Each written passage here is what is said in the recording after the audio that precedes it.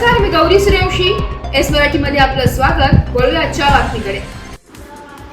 विहिरीत पडलेल्या कोल्ह्याला वनविभागाच्या अथक प्रयत्नाने सुखरूप बाहेर काढून दिले जीवनदान. नांदगाव तालुक्यातील पळाशी येथे विहिरीत पडलेल्या कोल्ह्याला वनविभागाच्या मदतीने मिळाले जीवनदान.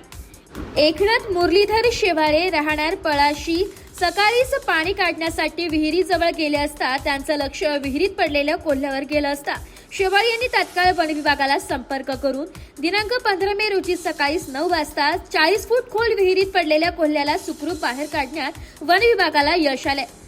कुत्रे लांडगे या कोल्ह्याचा पाठलाग करत असताना हा कोल्हा विहिरीत पडला असेल अशी शंका एकनाथ शेवाळे व ग्रामस्थ यांनी व्यक्त केली आहे. नांदगाव वनपरीक्षक अधिकारी SB कोकाटे यांच्या मार्गदर्शनाखाली रेस्क्यू करण्यात आलं.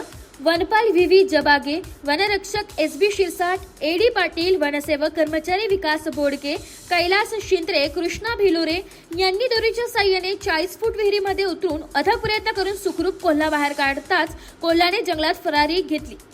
पळाशी येथील ग्रामस्थांनी हा दृश्य बघताच त्यांच्या चेहऱ्यावर आनंद झाले आणि नांदगाव वन विभाग यांचे आभार मानले.